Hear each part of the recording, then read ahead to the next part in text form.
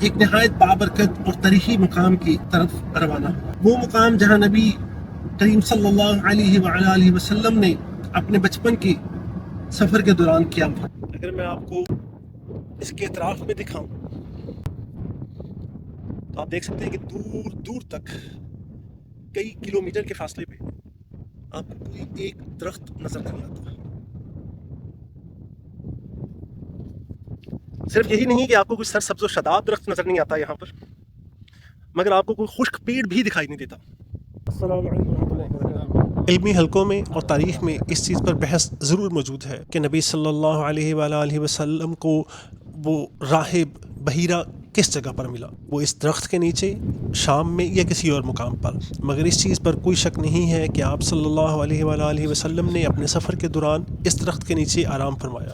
السلام علیکم، صبح بخیر، میرا نام عابر انجم ہے اور میں آپ سب کو اپنے YouTube social media channel flight and byte میں خوش آمدید کہتا ہوں۔ میں امید کرتا ہوں کہ تمام دوست احباب، عزیز و اقارب اور تمام ویورز انشاءاللہ بخیر و عافیت ہوں گے۔ جیسا کہ آپ کو معلوم ہے کہ میں اس وقت اردن میں، جارڈن میں موجود ہوں، اور میں آج اردن کے دارالحکومت عمان سے ایک نہایت بابرکت اور تاریخی مقام کی طرف روانہ ہوا۔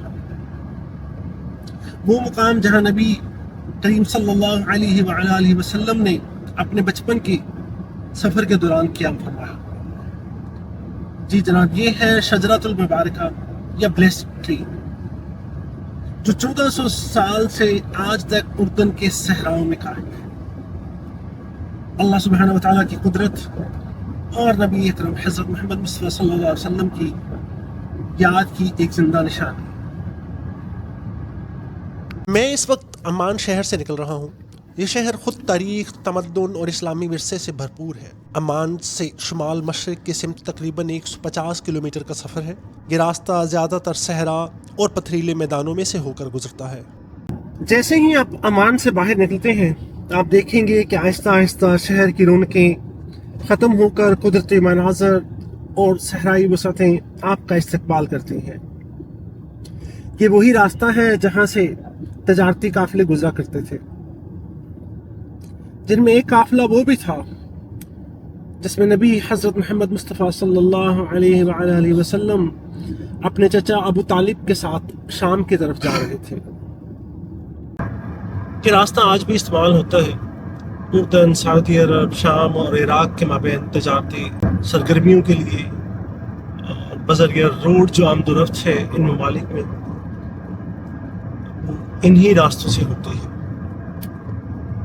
اور یہی وہ راستہ ہے جو ہمیں اس بلیسڈ ٹری کی طرف لے کر جائے گا۔ یہ دور فاصلے پہ جو آپ کو خیمے نظر آ رہے ہیں، یہ اردن کے شہر ازرق میں ریفیوجی کیمپ ہے، جہاں پر عرصہ دراز سے سیرین ریفیوجیز مقیم ہیں۔ اب ان کی تعداد کافی کم ہو چکی ہے، مگر ابھی بھی کافی حد تک جو ریفیوجیز ہیں وہ یہیں پر مقیم ہیں۔ یہ ریفیوجی کیمپ اپنے اندر ایک مکمل شہر ہے، اس کا رقبہ بہت بڑا ہے۔ کئی ہزار کیمپ یا شیلٹر گھر اس کیمپ کے اندر موجود ہیں۔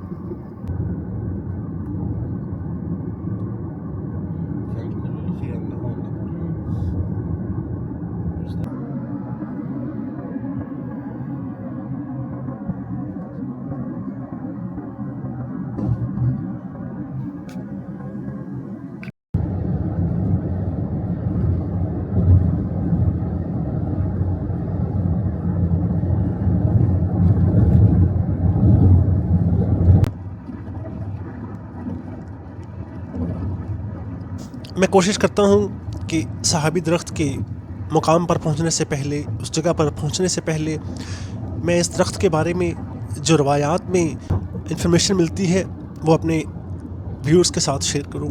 یہ درخت المفرق گورنری کے صحرا میں البقیعاویہ نامی علاقے میں واقع ہے۔ صفاوہ کی سڑک سے اندر تقریباً 10 کلومیٹر، اور عمان شہر سے اگر ہم بات کریں تو فاصلہ 140-150 کلومیٹر شمال مشرق کی جانب ہے۔ یہ پستاچیو فیملی کا ایک قدیم درخت ہے۔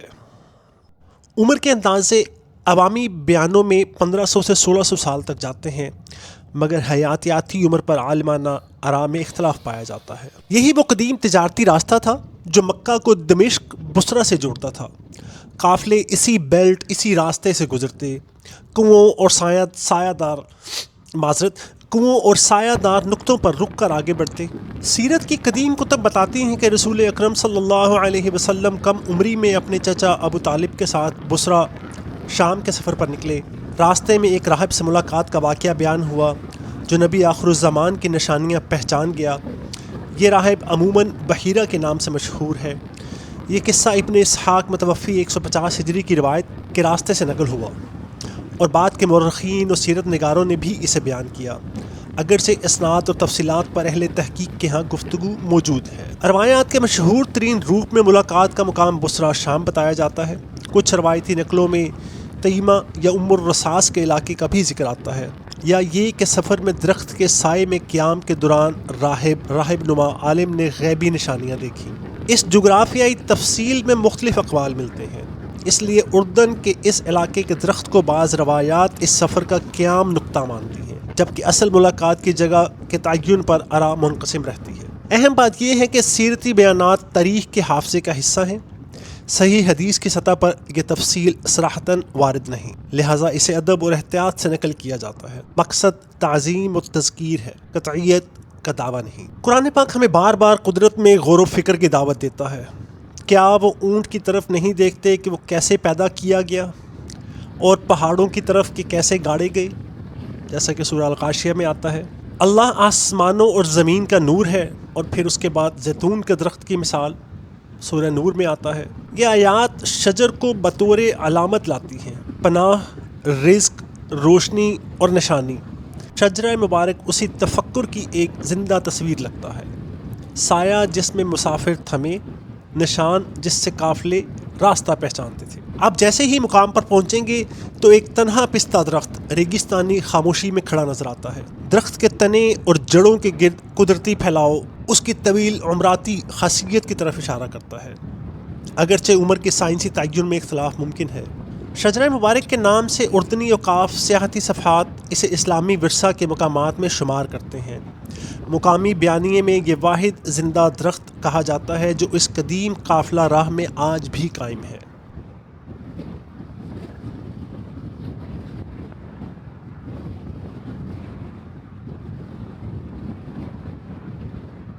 یہ بلیسڈ ٹری یا شجر مبارکہ، جس کا انگلش میں نام غالباً میں نے پہلے بھی بتایا ہے، پستاشیا اٹلانٹیکا، مشرق وسطیٰ کے خشک علاقوں میں طویل عمر پاتا ہے۔ اس کی عمر کے دعوے 15 سے 16 صدیوں تک جاتے ہیں۔ کچھ ماہرین کی رائے اس کے برعکس ہے، لیکن یہ بات پایہ ثبوت کو پہنچتی ہے کہ ایسا تنہا بالغ درخت ریگستانی نظام میں غیر معمولی ایکولوجیکل نشان ہوتا ہے۔ میں نے جب سے مین ہائی وے چھوڑا ہے اور صفاوا کی سائٹ پہ یہ لنک رول لیا ہے جو کہ شجرہ مبارکہ کی طرف جاتا ہے، یہ ٹوٹل اندازاً ایک محتاط اندازے کے مطابق 25 کلومیٹر کا سفر جو میں نے طے کیا ہے، اس میں میں نے ایک بھی درخت نہیں دیکھا، نہ ہی مین ہائی وے کے قرب و جوار میں۔ وہاں پر آپ نے جیسے کہ دیکھا ہوگا ویڈیو میں کہ سخت کالے رنگ کے پہاڑ، پتھر اور صحرا، اس کے علاوہ کوئی چیز نظر نہیں آئی، اور جہاں تک نظر جاتی ہے کوئی ایک درخت بھی نظر نہیں آتا۔ یہ ایک ایسا صحرا ہے کہ اگر آپ آس پاس دیکھیں تو آپ کو ایسے لگتا ہے کہ جیسے گرمی کی شدت کی وجہ سے یہاں کے پتھر بھی جل گئے ہیں۔ مگر اسی صحرا میں اس درخت کا تقریباً 15-16 صدیوں تک قائم رہنا اور سرسبز رہنا، یہ میرے اللہ سبحانہ و تعالیٰ کی قدرت ہے بے شک۔ جی تو ہم شجرہ مبارکہ اس بلیسڈ ٹری کے پاس پہنچ چکے ہیں، آئیے کو زیارت کرواتے ہیں۔ السلام علیکم ورحمۃ اللہ۔ یا اللہ، آپ ہمیں اپنی نشانیوں پر غور کرنے کی توفیق دیجیے، ہمارے سفر کو شکر، سچائی اور سکون عطا کیجیے۔ پہنچ چکے ہیں اس درخت کے پاس، شجر کے پاس، جسے صحابی درخت کہا جاتا ہے یا شجر مبارکہ بھی کہا جاتا ہے۔ یہ ریگستان کا علاقہ ہے، جارڈن کیپٹل سے تقریباً 150 کلومیٹر کی مسافت پر ہے۔ اگر میں آپ کو اس کے اطراف میں دکھاؤں تو آپ دیکھ سکتے ہیں کہ دور دور تک کئی کلومیٹر کے فاصلے پہ آپ کو کوئی ایک درخت نظر نہیں آتا. صرف یہی نہیں کہ آپ کو کوئی سرسبز و شاداب درخت نظر نہیں آتا یہاں پر، مگر آپ کو کوئی خشک پیڑ بھی دکھائی نہیں دیتا. یہ میرے اللہ سبحانہ و تعالیٰ کی قدرت ہے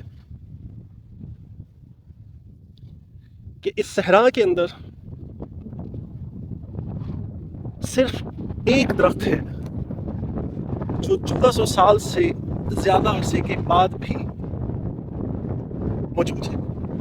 نہ صرف موجود ہے بلکہ کہ وہ سرسبز بھی ہے. میں تمام ویور سے گزارش کروں گا کہ پلیز ایک دفعہ نبی صلی اللہ علیہ وسلم پر درود و سلام بھیجیے.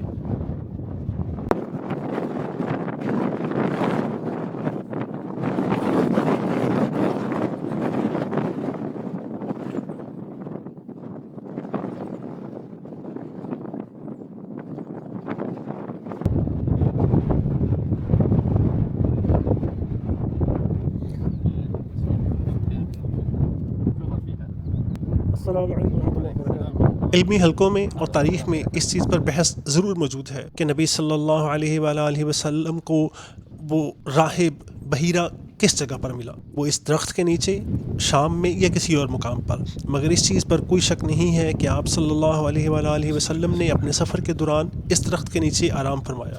ویورز، یہ ہمارے سامنے وہ درخت ہے جس کے نیچے آج سے کچھ صدیاں پہلے ہمارے نبی حضرت محمد مصطفیٰ صلی اللہ علیہ وآلہ وسلم نے آرام فرمایا. وہ اس درخت کے سائے میں بیٹھے.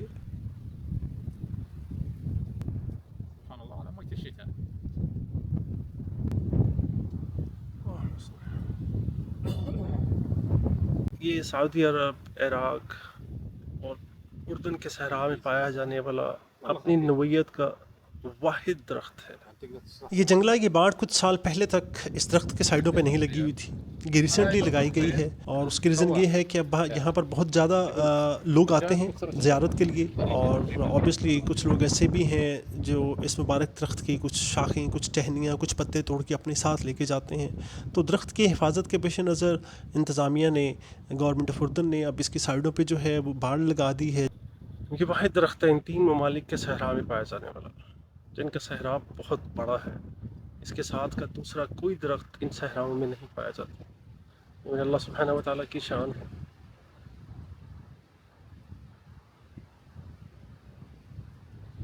میرے اللہ سبحانہ و تعالیٰ نے ہر چیز میں انسانوں کے لیے نشانیاں رکھی ہیں.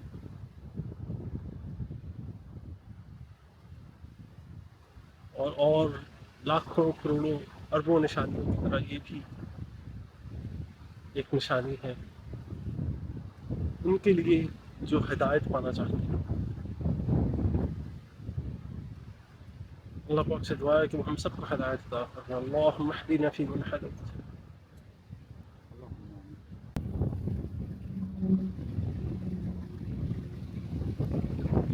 اب درخت کا تنا، اس کی جڑیں دیکھ سکتے ہیں کس حد تک اس کا پھیلاؤ ہے. یہ اس چیز کی نشانی ہے کہ یہ درخت کوئی سال، 2 سال، 10، 20 یا 100 سال پرانا نہیں، بلکہ یہ کئی صدیاں پرانا درخت ہے.